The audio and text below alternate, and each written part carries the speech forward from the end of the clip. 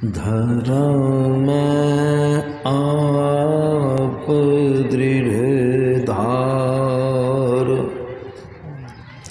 आशा एक गुरुदेव की,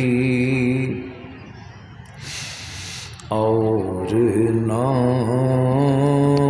नाचित विचार। बंदो गुरुपद कंज,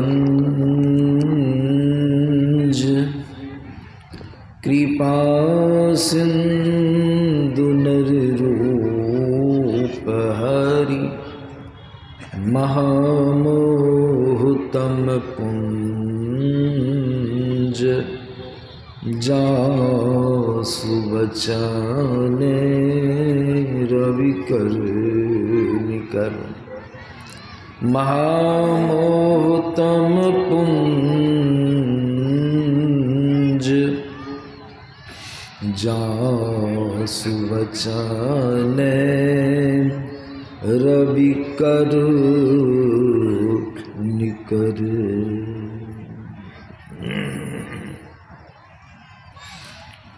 मंचस्थ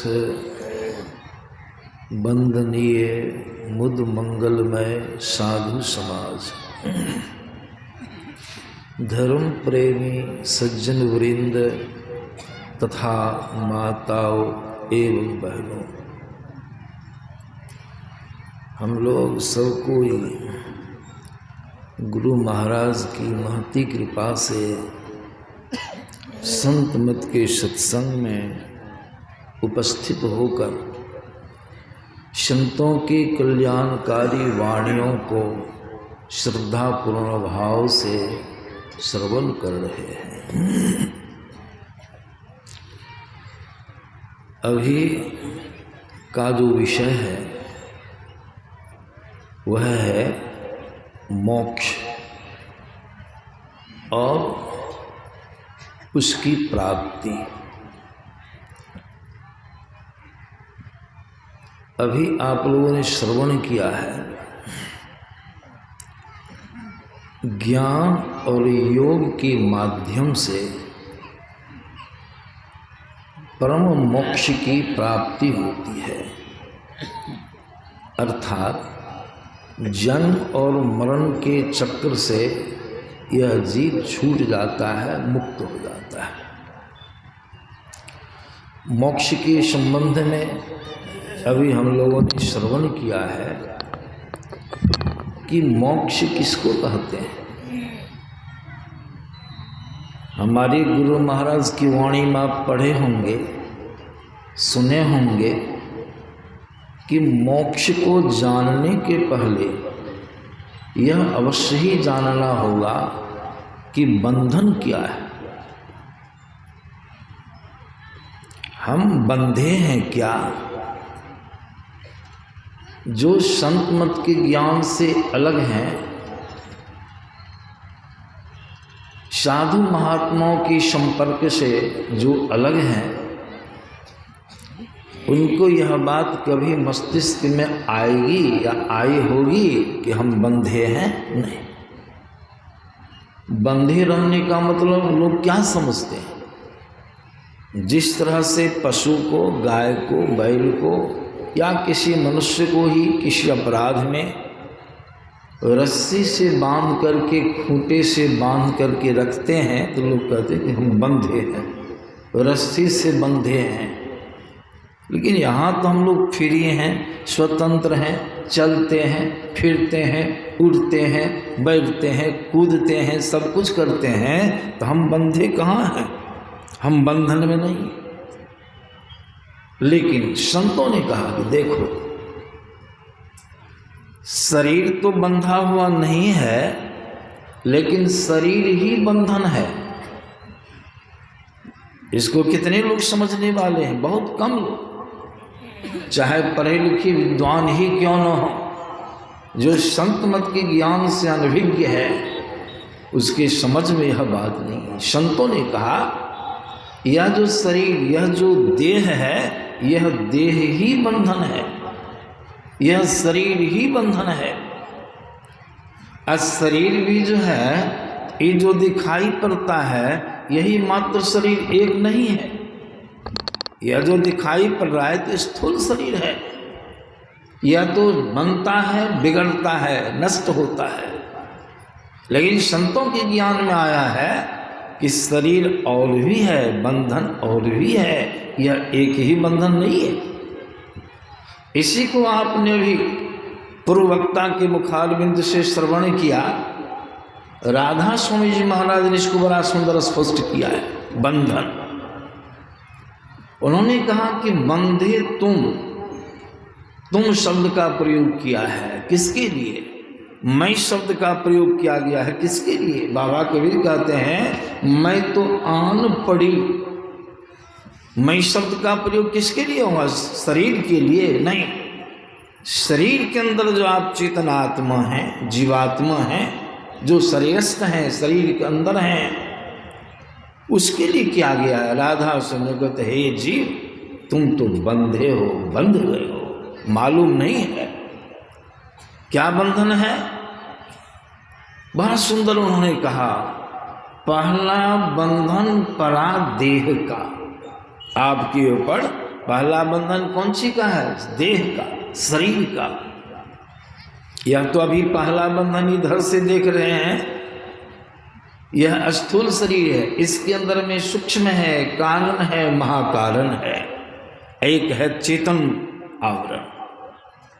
चार जड़ शरीर में आप जीव बंधे हैं, लेकिन है मालूम नहीं, बंधे हैं। रोज प्रातः काल की स्तुति प्रार्थना के पश्चात हम लोग गुरु महाराज की वाणी का पाठ करते हैं। उसमें क्या गाते हैं? देखिए गुरु महाराज कितना सुंदर दर्शाया है इसी बात को। गुरु महाराज कहते हैं, जीव आत्मा सर्वेश्वर का अभिन्न अंश है, लेकिन मायाबद्ध जी। मायाबद्ध माने क्या हुआ? माइक आवरण और शक्ति आवरण से आप बंधे हैं।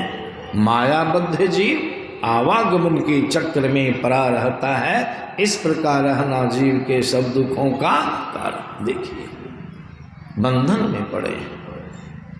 एक शरीर छूट जाता है, यह स्थूल शरीर जिसको मृत्यु कहते हैं, शरीर को जला देते हैं। बहुत लोग यही समझते हैं कि हो गया, काम खत्म हो गया, शरीर छूट गया, जला दिए, मुक्ति मिल गई। अभी सुन रहे थे, लेकिन संतों के ज्ञान में आया है, वह जो 3 शरीर आपके ऊपर और लगे रह गए, वो अपने आप मरने वाला नहीं है। वह शरीर नहीं मरता है, उसको मारना पड़ता है, समाप्त करना पड़ता है। और वही 3 शरीरों के लगे रहने के कारण जो जीवता है वह तो नष्ट नहीं हुआ, अंकुरण शक्ति नहीं नष्ट हुई। और फिर उस स्थूल सूक्ष्म शरीर पर कर्मानुसार स्थूल शरीर का लपेट चढ़ जाता है, माता गर्भ। फिर शरीर ये बन गया, ये बन गया, जन्म हो गया। चाहे जो शरीर में जीव आवे, इसको कहते जन्म। अब फिर कल मैंने सुनाया था मरण, फिर जन्म, फिर मरण, यह आपको लगा रहेगा। क्यों? वह 3 शरीर नहीं नष्ट हुआ। उसी 3 शरीरों को संत महात्मा लोग कहते हैं नष्ट करने के लिए। वह 3 शरीर भी नष्ट हो जाए, आपके ऊपर से उतर जाए, आप फ्री हो जाइए, आप अकेले हो जाइए, इसी का नाम है मोक्ष। यह बंधन है। सब शरीरों से छूट गए, आप जन्म मरण के चक्र से छूट गए। जिस तरह से खेती बाड़ी करते हैं, मकई की खेती करते हैं, वे लोग मकई तैयार किए, धान भी तैयार किए, देखते हैं ना, उसका जो बिचड़ा दाना जो गिर जाता है, वो क्या होता है? फिर उसमें अंकुरण हो जाता, अंकुर हो जाता, पौधा बन जाता है, बालियां लग जाती है, फिर बीज हो जाता है। उस मकई के दानों को, धान के दानों को अगर आप उला दीजिए, भूंज दीजिए, भूंजने से क्या होगा? उसकी अंकुरण शक्ति नष्ट हो जाती है, अखवा आना समाप्त हो जाता है। अब उसको बोइएगा तो जन्मेगा नहीं। उसी प्रकार संत महात्मा लोग कहते, जो 3 शरीर आपके ऊपर लगे रह गए, एक शरीर तो मर गया, वो 3 शरीर लगे रह जाने के कारण पुनर्जन्म हो जाएगा। जोगाग्नि में यह अग्नि जोग, जो जोग के संबंध है आप सुनिएगा आगे। जोगाग्नि में अगर उस तीनों शरीर को भस्म कर दिया जाए, नष्ट कर दिया जाए, या यूँ कहिए उन तीनों शरीरों से जीव छूट जाए, अलग हो जाए, तो क्या होगा? तब इसका जन्म और मरण जो है खत्म हो गया। जन्म मरण के बंधन से, सब शरीरों के बंधन से छूट गए। जन्म मरण आपका नहीं होगा, आप प्रभु में जाके लीन हो जाइएगा, आपका कल्याण हो जाएगा। तो मोक्ष माने क्या हुआ? तो बंधन को समझे, और बंधन से छूट जाने का नाम है मोक्ष। यह बंधन जो पड़ा से कैसे पड़ा, यह भी जानना है। बंधन कैसे पड़ा? आप पहले कहाँ थे? ईश्वर में, परमात्मा में थे। निशब्दम परमम पदम। जब सृष्टि का कर्म आरंभ हुआ, वहां से जो धारा निकली, उस धारा में जो आप बहे, ऊंचाई से नीचाई की ओर आप आते गए, ऊंचाई से नीचाई आते गए, नीचे बंधन पड़ता गया, आवरण पड़ता गया, आप बनते चले गए। पहले आपके ऊपर जो चेतन का आवरण है, उसके ऊपर कारण, महाकारण का आवरण पड़ा, फिर कारण का आवरण पड़ा, फिर सूक्ष्म शरीर का आवरण पड़ा, और फिर अभी माता गर्भ में यह जो है स्थूल शरीर, इसका आवरण पड़ गया। आने में ऊपर से आए। तुलसीदास जी महाराज की वाणी में विनय पत्रिका में बड़ा सुंदर दर्शाया गया है।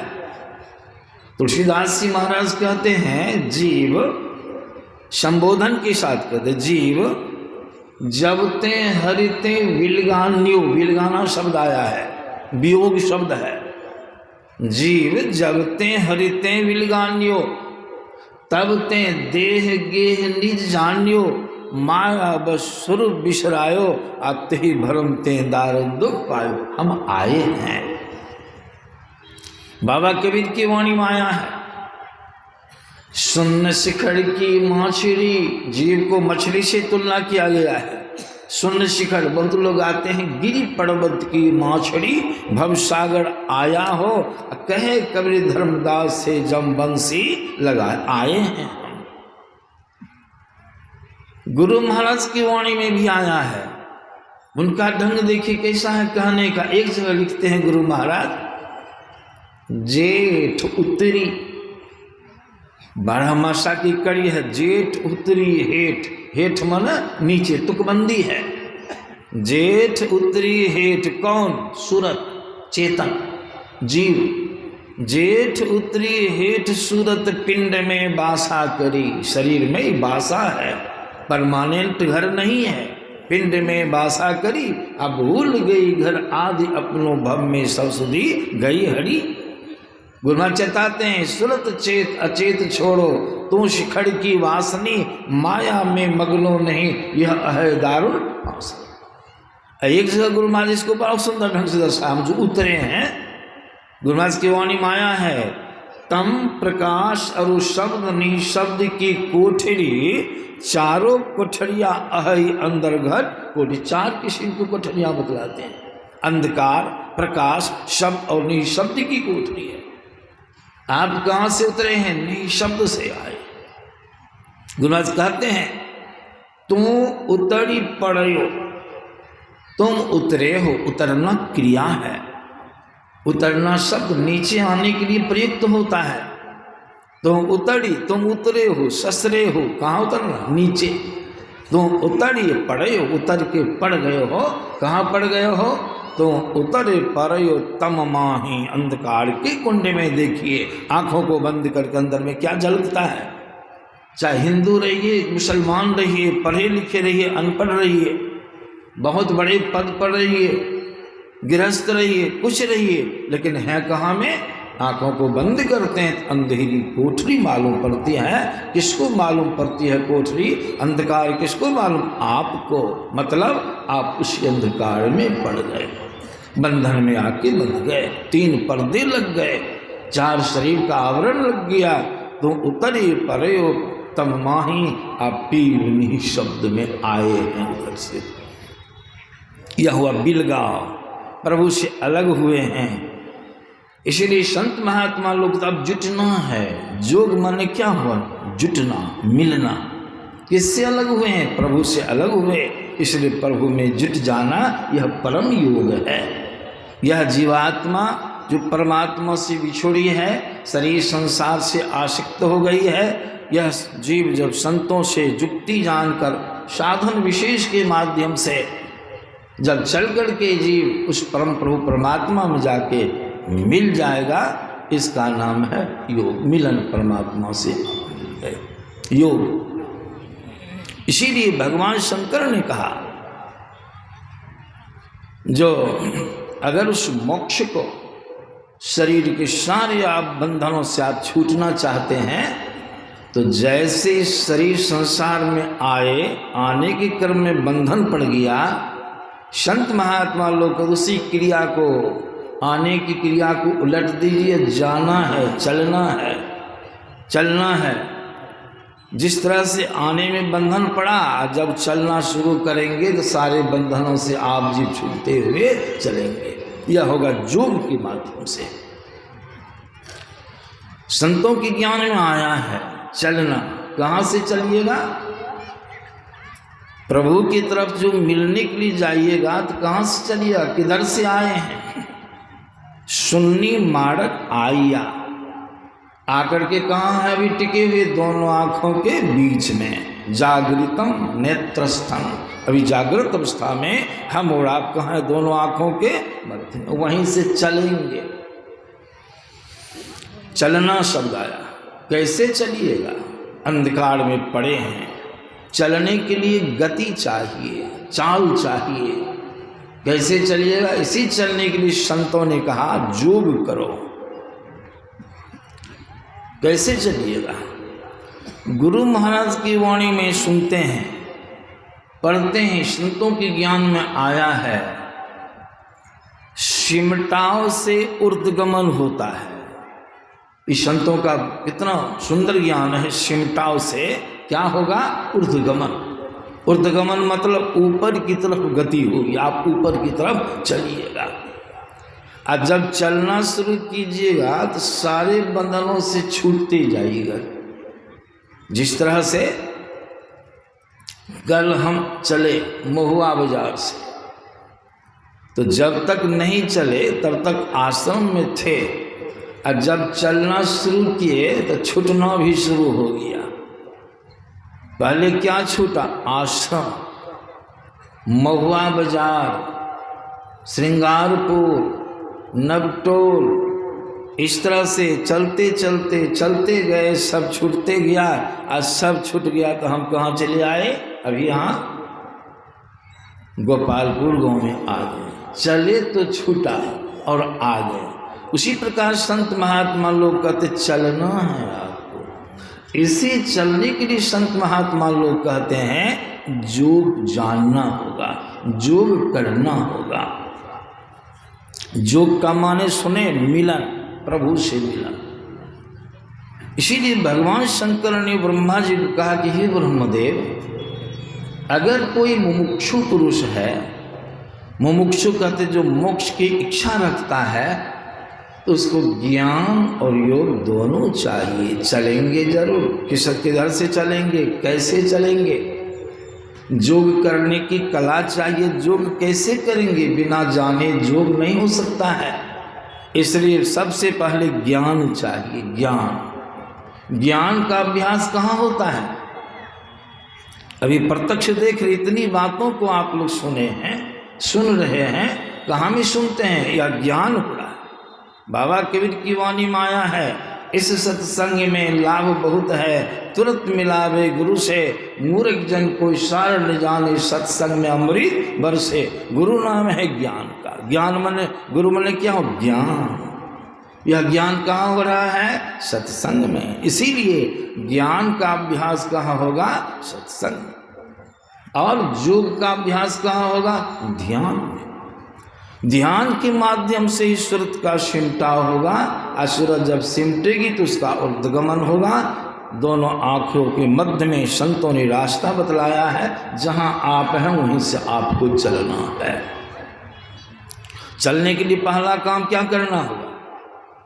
आप में गति हो, चाल हो। इसके लिए पहला काम क्या है? तो संतों ने बतलाया कि आप नाम और रूपात्मक जगत में बिखरे हैं, पसरे हैं।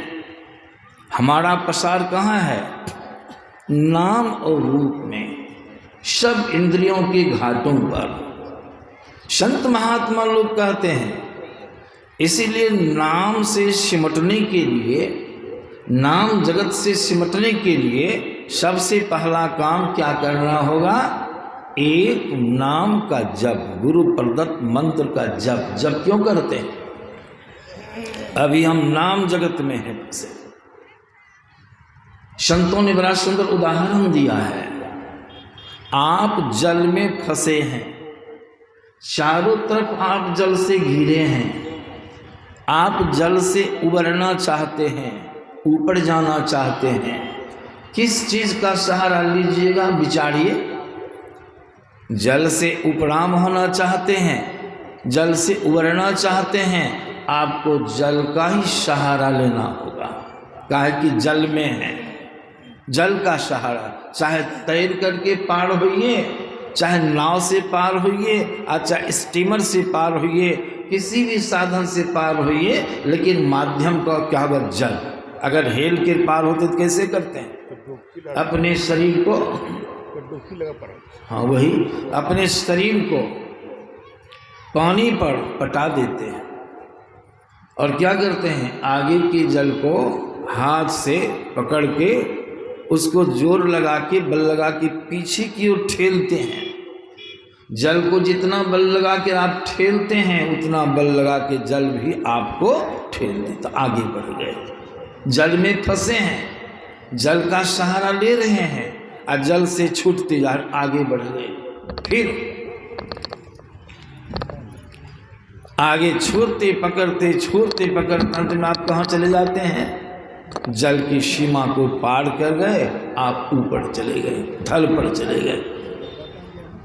इसीलिए संत महात्मा लोग कहते हैं जल से उबरने के लिए जिस तरह जल का सहारा लेना पड़ता है। श्री सद्गुरु महाराज की जय। श्री सद्गुरु